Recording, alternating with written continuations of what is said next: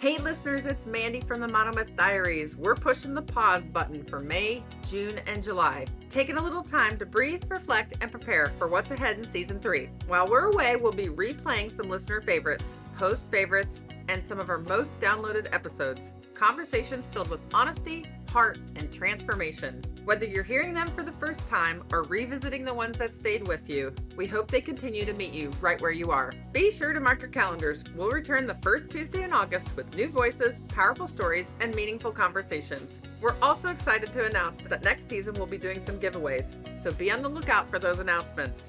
In the meantime, we'd truly love to hear from you. Visit monomythdiaries.com and tell us your Season 2 favorites, the guests who resonated, the tools and strategies you've tried, and the moments that stuck with you. Your feedback helps us shape where we go next. Thank you for listening, for sharing, and being part of this incredible journey. We can't wait to step into Season 3 together. Hi everyone, and welcome to the Monomyth Diaries, a podcast where ordinary people get to share their hero's journey. I'm Mandy. And I'm Rachel, and we'll be your host. We'll discover powerful insights, critical moments of growth, and much more. Thanks for joining us. We all have a monomyth to share, and someone out there needs to hear it. I'm just going to quickly recap what you told us in the previous episode. You became a mom at 13 years old. You moved out by 17, and Junior was about 4. And then you experienced tragedy. So when your second son, Robert, passed away, Junior was only 12 years old at this point, and you were in your mid-20s. What were some of the realizations or commitments you made to yourself after this loss? I think one of the realizations is that it can happen to anyone.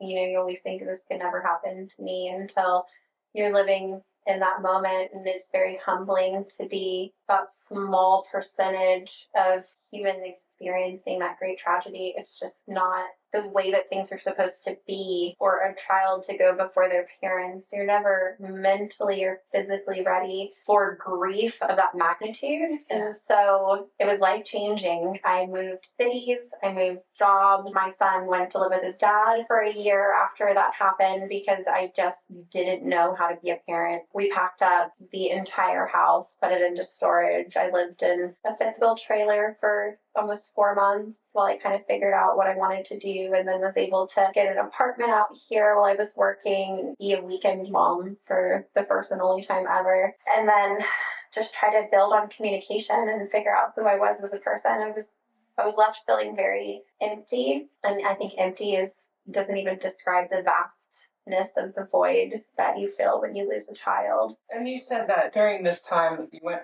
through some grief counseling, correct? I was a part of a group and I'm still associated with them called Compassionate Friends, and it is parents and siblings who have lost children or siblings. So I found that to be very comforting and very humbling, where I wanted my own grief process to go. Mm-hmm. Going to meetings and seeing humans who 6 years later were so greatly affected by the loss of their child that they couldn't leave their house and check their own mailbox wasn't something that I wanted for myself. It really forced me to push myself forward. We cremated him and spread his ashes on the Frio River.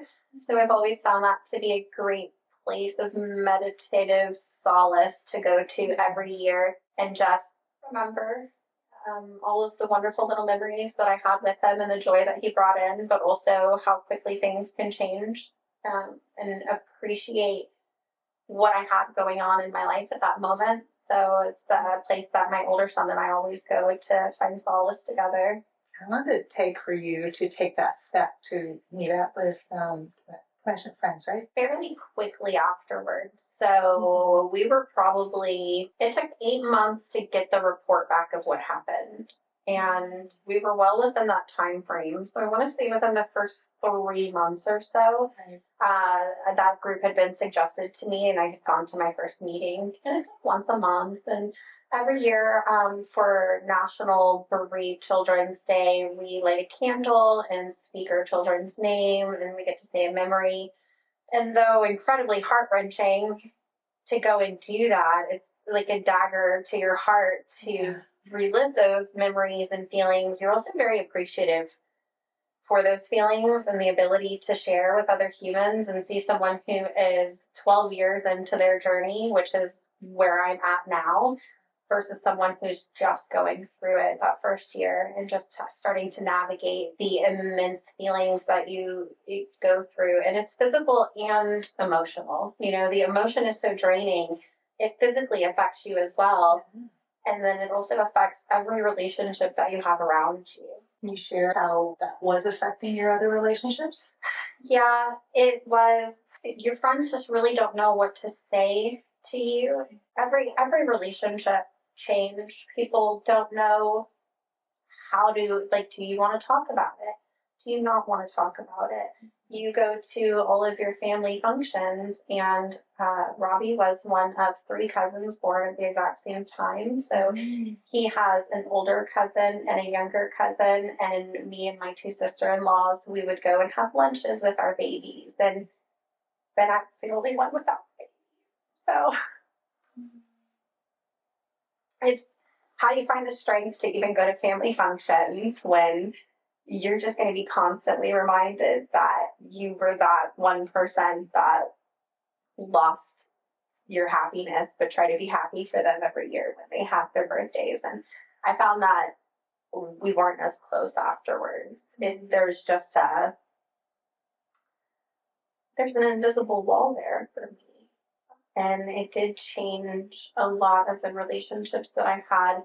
Moving from Baytown to Katy, leaving other relationships kind of behind in the past, and then starting completely fresh and new with a whole new circuit. So there were quite a few humans that I met here in Katy right from the beginning that are now my lifelong friends. And I was able, like, you know, the front facade of starting at a new place working, and you're just cocktail waitressing and bartending, and everyone sees this happy, amazing facade that you're putting on. Right. And those few humans that knew that table had a baby, I wasn't going to take it. Or, where's Christina right now?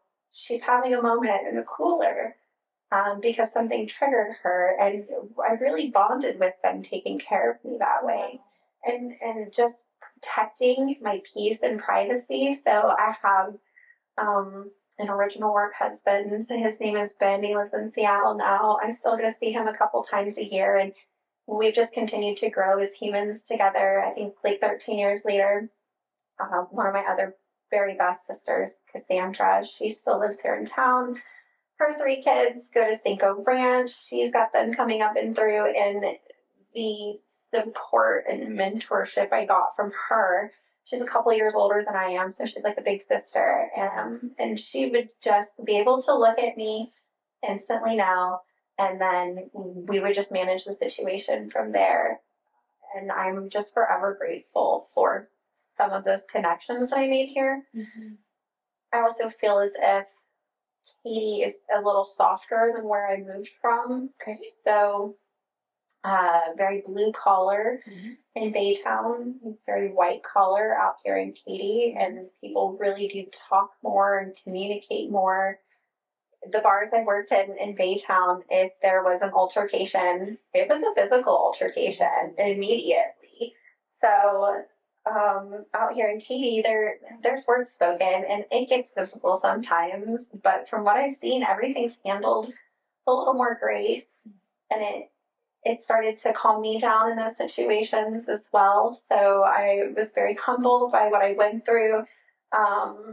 You're kind of living 2 lives as well, because there's that person that entertains and is constantly the life of the party, and you know, you're coming to this establishment so that you can have a fun time. And then the behind the scenes Christina, who is just a heartbroken mess, crying on the way home every day, singing all my gospel songs at the top of my lungs, and just looking for any little meditative piece of happiness I could do. So I found a lot of solace in yoga.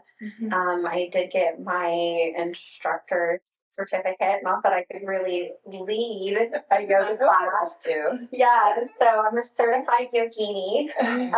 Is that a real word? Yeah. Oh, I didn't know that. The title.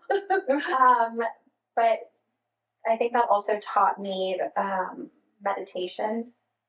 and Wow. and being able to take all of those thoughts out of my brain, quit overthinking on everything, focus on what I'm really appreciative for, what I'm grateful for, all the good things in the day, and then realizing that the rest of it is just life, and everyone's fighting some kind of battle. This is all like benefits you're gaining from having made the move from Baytown to Katy. Were there any other, role models or other gifts that you saw from moving? Even the school system out in this area. So once I was settled, Junior came back to live with me after that stint with his dad, and we put him in junior high out here. So he was a Katy Tiger. And that was the most stability I think I was able to provide for him his entire life. And I did not take that for granted. He went to the same middle school and then went into Katy High School, and he had those friends every year, and, had his first car out here and made all of those memories. I am so grateful to his counselors at that time, because I would call the school and be like, hey, so this is what's going on in our personal life. Can you keep a little extra eye on him? Mm-hmm. And they would. They'd pull him in, they'd chat with him, kind of see where his mindset was. And if he did something where he was getting in trouble in school, they also knew kind of behind the scenes some of the trauma that could be causing this. And so constant communication with his teachers and counselors and me behind the scenes, I was always very appreciative for. I also think that he was behind a little when it came to education, but the schools out here were just so wonderful. You just saw the things that he was learning just exponentially growing, and then just all of the opportunities out here. So that was really nice. I really loved being a football mom and going to all the Katy Tiger games, and having all the friends would come out, and we would all go to a game and all go hang out afterwards to either celebrate a win or comfort him through a loss. And it was just a really great time of like family, but it was a family that we picked and put together. So your found family. My found family, yes. I found a lot of family out here, so I'll always be forever grateful for that. And how did your relationship with Junior evolve after, now living in this kind of a community? Yeah. Right, because you said your parenting style has now shifted from the way that you were parenting when you were younger to now. Right. A lot more communication and talking. Why are you acting this way? Not, I want you to act this way or else. Why are you acting this way, and what can we do to turn it around to this, and really understanding what's going on. But I also, I made more money out here. So I was able to provide him with more things. I don't think I ever would have been able to on the income that I was making in Baytown. By being able to buy your child his first vehicle so that he can go and make all of those first vehicle memories was just a really proud moment for me. So I think I had a lot of sense of pride being able to raise him here and provide such a nice lifestyle for him, though harder in his elementary years. I think I really pulled through and made up for that a lot in junior high and high school. Just out of curiosity, what do you think helped you make that shift? Were there mentors? Were there strategies, tools, methodologies, things that you're using during this time to help you? Definitely all of the parents that I was around in this area. They offered great mentorship, seeing their parenting style and how they would come together. My girlfriends, I think, were really powerful, having them to call and bounce ideas off of. He has like 20 aunties, right? I have a really broad sister circle of humans that have just scooped me up and would never let me go. And so being very close with them, it was basically a village that raised him out here. Collective wisdom. Collective wisdom.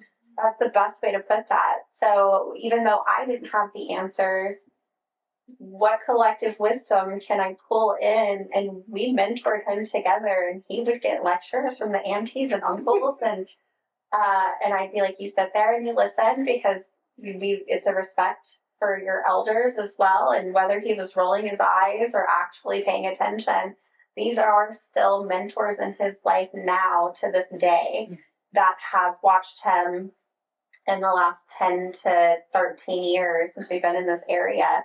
It's incredible. Yeah. Yeah, I have such a great support system in that way. It's like you found an entire family. Mm-hmm. Oh my gosh, I'm just moved. And we do Thanksgiving together and Christmases together. And now that I've grown out of the service industry and into being a photographer full time, I love my business that I've started, and I've learned a lot in the last couple of years growing just into my own entrepreneurship. Mm-hmm. My son, though, having grown up with his mom in the service industry, I raised him on bartending and cocktail waitressing, and he is now in that industry. And a lot of the humans I worked with that are my found family are now on his management team. So it's amazing to see all of my clientele, my guests, my customers. They are now his clientele and guests and customers. So I'll get photos all the time and be like, oh my God, your kid is the best. And it's him behind the bar. And he has just really come into his little customer service self and his willingness to like empathize with others. And I think me being able to be that person as a mentor for him has rubbed off a lot. And so it makes me really proud to see that. You found a group of people to really support you.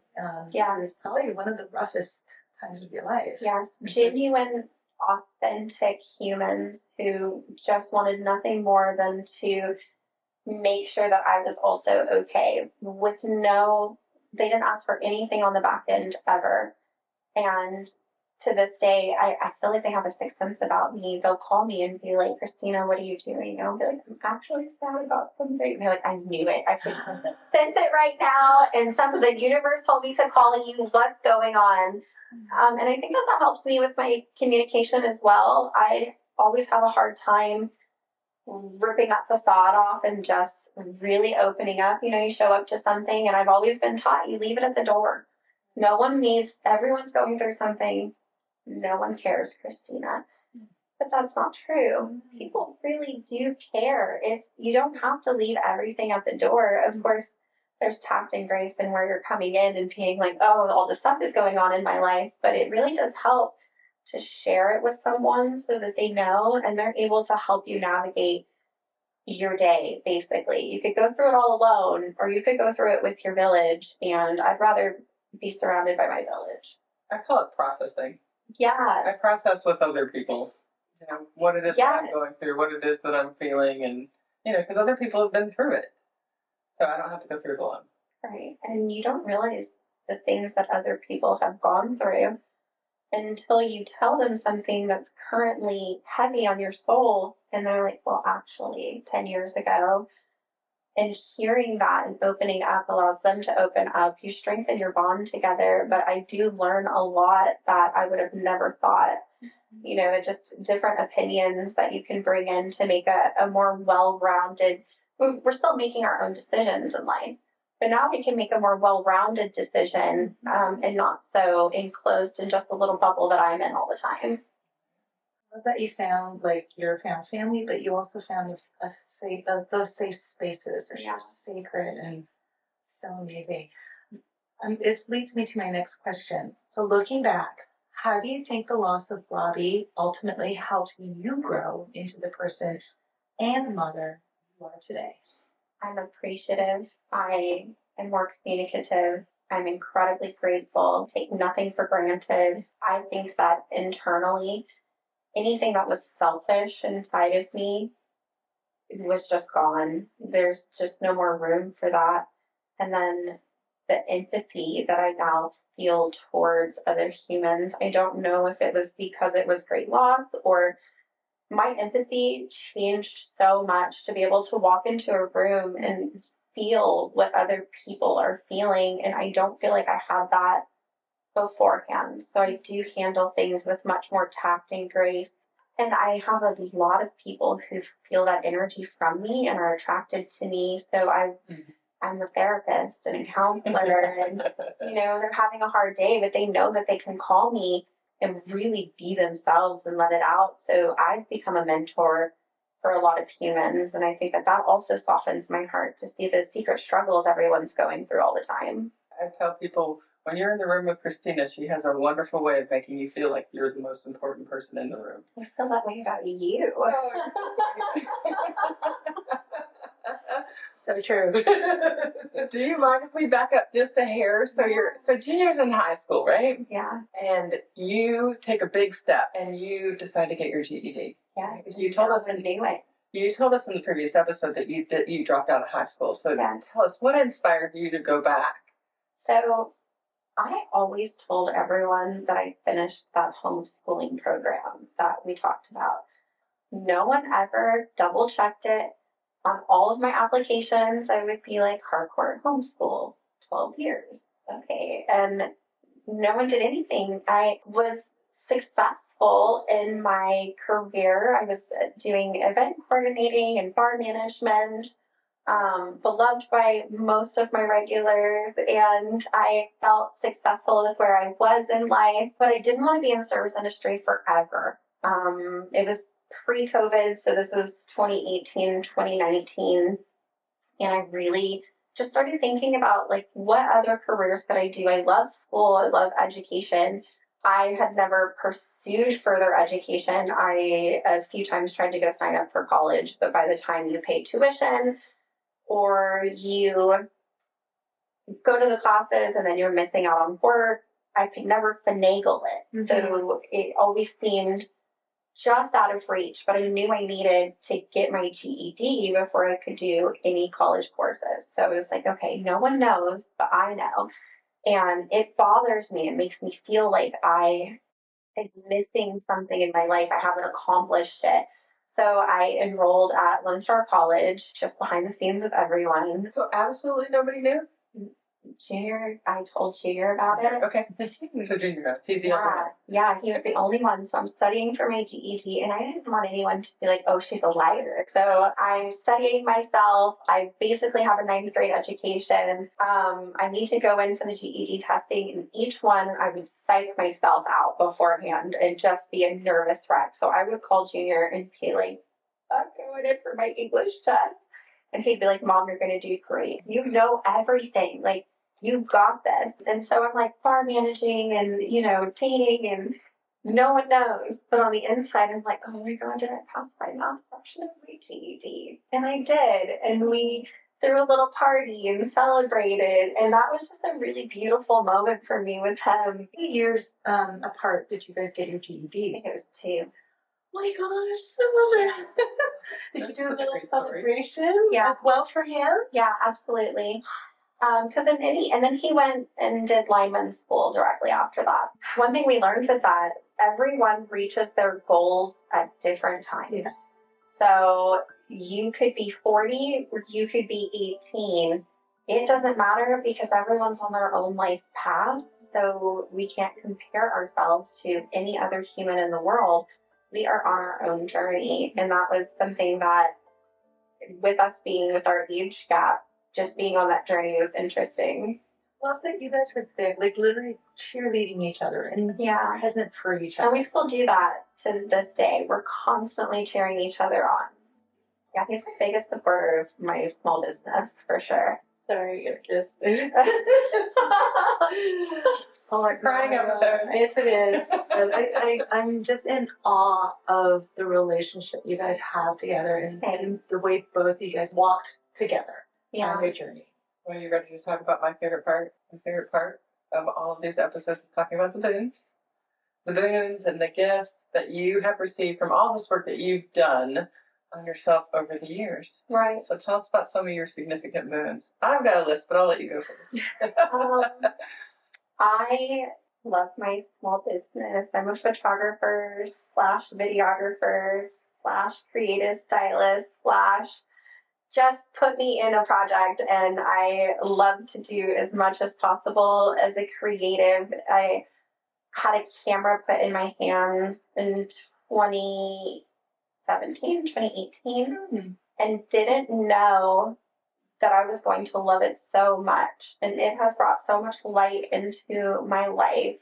And I think being here in this area when it was something I discovered that I loved, everyone supported me and hired me and promoted me and marketed me to the point that I can do it full time now.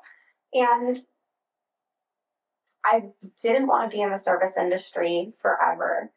And you could have never told me that this is what I was going to be doing. That is still customer service based. I still get to meet a ton of humans and be social, but I also get to capture the most beautiful moments in people's lives. And there's so many of them. And like, I get to see you at your best and your worst, you know? And I appreciate that. And I think that everything that I've gone through allows me to have this very calming demeanor with my clients. Photographs are really hard to do, you guys. Like, you are the mom who is putting together 3 little ones' outfits and your husband's attire and yours and making sure your hair is curled and you're all on time and everyone's happy in bed. And, you know, I see the struggle in that. So they'll show up and they're like wide-eyed. And I'm like, you're doing a great job. And I'm able, and the kids are mad, and the husband doesn't want to be there. Or there's an uncle who's like, I don't button my shirt. And there are so many different dynamics, and I'm able to navigate each one of those personality traits, appreciate them, make it fun for them. And I hear all the time, we hate photos, but this was really fun. Or like, you know, I didn't think that I was going to like this, but you made it great. Thank you. And even explaining to the little ones on a level that they understand, hey, these are like really important, Mom. So I'm going to make it fun. We're going to jump and we're going to do things. And if at any point you don't want to do it anymore, but being able to pull them out of their little personalities and go to tell the parents and be like, wow, your kids are very well behaved. And the parents being like, I don't know who those kids are. That's oh, I love that. And I get these little like glimpses into people's lives that I'm so appreciative. So you can just see it all in a flash. So photography is definitely something I think I would not have been given or gifted if I hadn't been through these other trials and tribulations. Another thing, 100% my relationship with my son. I don't know. I would like to think that we would be this close, but had I not softened my heart and learned to listen more and appreciate that his opinion really matters, and you know, he does know what he's talking about, and he's very wise for his age, and he is learning with me. And just acceptance of all of that as a human with him. I love our relationship. I really hope that one day, and of course your biggest fear, right, is when they find a significant other. It's a very unique situation because I don't want to be the overbearing mother-in-law. I do a lot of weddings where you can see the dynamics between the daughter, the mother-in-law, and you find really beautiful ones, but then you find the ones where there's annoyances. And I always tell them, if there's ever anything I do, I can change. We're bringing the matriarch of this family into the family one day when you get married and have children.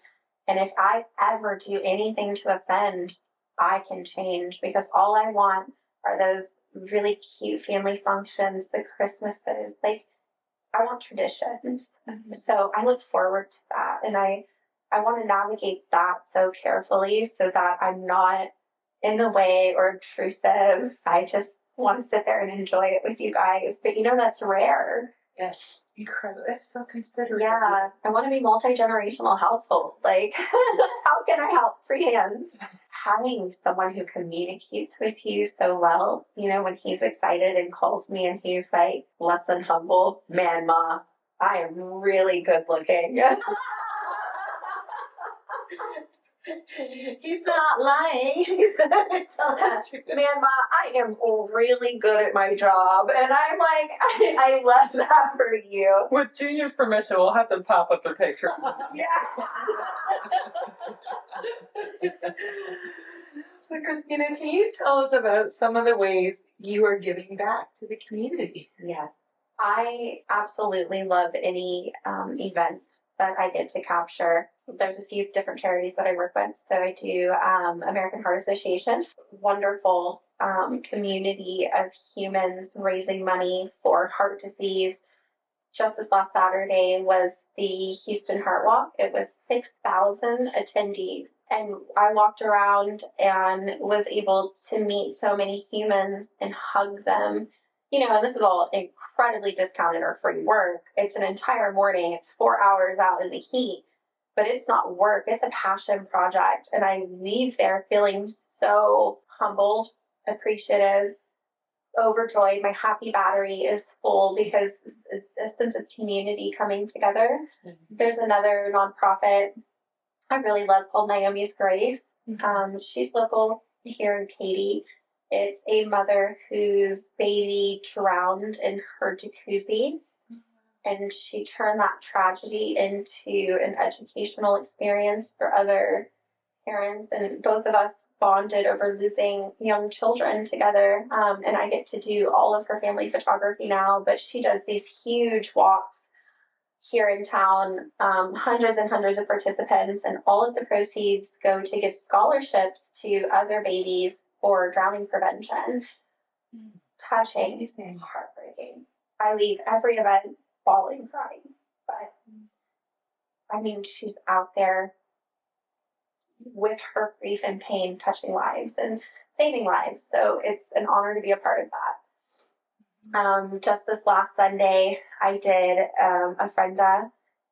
I did a portrait session with about 17 humans that showed up with photos of their bereaved loved ones. So we had grandparents, parents, puppy dogs. I took one with my son, death from every aspect. So suicide, SIDS, natural causes, and being able to take a moment with each one of those participants to talk about, who is this?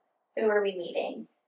This is Juan. Juan looks very handsome. When did Juan pass? How old were you when this happened? Did you have this photo printed, or did you have to go print it? How did that make you feel? And them having a moment with me to open up and say, it was actually really hard and I didn't expect it to be. It bubbled up all of these emotions, and I bawled crying yesterday or just now, or were genuinely in tears while we were talking. And then thanking them for like having a moment to come in and remember our loved ones, because we all have that one commonality, and that is we've all experienced grief in some way. So it's the ultimate human connection. But our loved ones' memory don't die if we continue to say their names. So it's a beautiful opportunity for me to help other humans let those memories live on. And I also cried. Cried too. Yeah, so it's a beautiful gallery. I want you to write down that quote. Their memories are only lost when we don't speak their name anymore. So as long as I can say his name every year, his memory will continue to live on through me. And you know, that's the thing. If you cremated or buried your loved one, it's where do you go? So we chose cremation. And that's why the Frio River is so near and dear to me. That's almost like my grave site, to go and be one with his memory. But I now see the benefit and why people would like a gravestone to go to. Like just to go and sit with that memory and see the name there, and the way that continues to let it live on is really interesting for me. Any other opportunities in the community? I know you're constantly giving to the community. I mean, you gave so freely to us to help us get the podcast started, so thanks again for that. Yeah, I've helped several women this last year get their businesses up and going, help them with their branding, portrait sessions, just donating my time to that, never gatekeeping any information or knowledge I have, freely giving it, because I feel as if I've been freely given it. I am vice president of the Houston Entrepreneurs and professionals network in Houston through the American Business Women's Association. So I really love, we're doing a few community-oriented fundraisers this year, and we always give back to other entrepreneurs and women in the community that just need a little boost for their business. You've mentored my son? Yes. Weston is amazing. He needed like one more mentorship, and then I basically hired him and was like, "You're hired. You're an assistant now." Yeah, but at the same time, I mean, not only are you've helped him in photography, but just in life in general. I know he still calls your husband, seeks out his experiences, so that's been huge, huge help to me. That he has another set of adults to call, because kids, I don't know anything. What do I know? But Rick and Christina, they know everything. Yeah, absolutely. And I mean, it's nice that even my son has this adult mentor. So that's the communal wisdom that we talked about, being able to reach out. Because I don't know anything either. Like, I could tell my son all day long what I would do, but in the end, they have to make their own decisions and learn from them. Yes. So it's nice when I know that, like, the aunties are probably going to give the same advice that I would give. I love how you're, like, literally building a family through these relationships. Yeah. That they may not be biological. Yeah, but Weston will be family for forever. You're like this mother figure to so many, in how you went from being a 13-year-old mother to this grand extended spiritual family. Yes, and It's it's incredible. interesting the different roles you play as a human with your friends and your found family. Mm-hmm. I am the mama bear in some of them, and in some of them I'm the baby bear. It's this constant circle, a domino effect of, like, you're mentoring me, I'm mentoring you, you're going to come back and mentor this person, and just constant connection. Oh, what do you hope listeners will take away from your story? Whatever you're going through right now is just in this one moment. It is just a phase in your life. You will get through this. Time changes so much. You don't think when you're in the moment and your grief is so strong and your life is so hard and the bills are stacked, but it's all momentary. So just take a deep breath, do the very best that you can, and it's all going to work out in the end. And it's going to be better than you thought it would be. Some serious wise words. I feel like we could publish all your little anecdotes. So we always end our monomyths with the attitude of gratitude. So Christina, is there anybody you wish to shout out today? Yes, I am very grateful for my son. I am very grateful for my found family. And I'm very grateful for my camera. That it was introduced to you. Yes, absolutely. It's one of the greatest gifts I've ever been given, and I'll always be so appreciative to have found that creative outlet. Definitely, I'm very grateful to both of you for letting me share my story today. That's so brave and so courageous. I truly appreciate that you're willing to be open and share this so that we can all grow from your story. And if I can connect with anyone who's going through something similar, I'd love to chat with them, mentor them. So if there's anyone that hears this and you feel like you're going through it, follow me on Insta, shoot me a message, and we'll become quick friends, I promise. What's your Insta handle? Christina Rabbit Griffin for personal and WDR Imagery for business. As we reflect on Christina's second episode, we're reminded of the incredible impact her story has had on us. We want to thank her for her bravery and her authenticity. We are exceptionally grateful for the inspiration she has brought to this space. To our listeners, we're honored to have had the opportunity to share Christina's journey with you. Thanks for joining us. Yay! Thanks for joining us on the Monomyth Diaries. If this episode resonates with you or someone you know, we'd love for you to share it and spread the inspiration. Don't forget to follow us wherever you get your podcasts or on YouTube to stay connected. We'd appreciate if you could take a moment and rate and review the podcast. It helps us reach more people with stories of transformation and growth. You can visit us at monomythdiaries.com or text us directly from the show notes to reach out and keep the conversations going. Until next time, heroes, let's journey together through our monomyths.